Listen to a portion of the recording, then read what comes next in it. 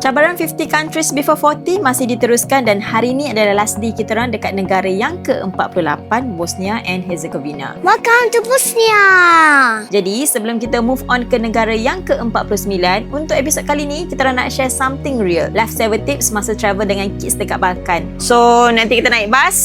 Aku ingat nak kena sign tapi tak. So maksudnya Yang pertama, jangan plan itinerary terlalu padat bila nak cross countries. Contohnya kalau dalam map kita nampak Bosnia ke Montenegro tu macam dekat, tapi trust me, jalan dia sangat berliku dan border control dia boleh jadi sangat lama. So keep it simple, travel 3 ke 4 jam je sehari dah cukup. Jangan sampai travel tu jadi satu benda yang membebankan untuk kita dan juga the kids. Yang kedua, pilih accommodation yang dekat dengan city centre dan tourist attractions macam dekat Sarajevo ataupun Mostar. Senang nak jalan kaki so that bila anak penat, kita boleh terus balik, no stress. Kita jumpa satu group tadi, diorang daripada Malaysia. Yang ketiga, food backup is a must. Walaupun halal food senang nak dapat, tapi selera budak-budak ni kadang-kadang very unpredictable. So first day sampai tu, terus pergi groceries, beli benda-benda lifesaver macam snacks, buah atau apa-apa je comfort food untuk diorang. Dan kalau ada yang tanya, susah tak travel dengan anak-anak? Bagi kita orang tak. Travel dengan anak-anak ni tak susah dan sejujurnya having kids bukan penghalang utama untuk travel.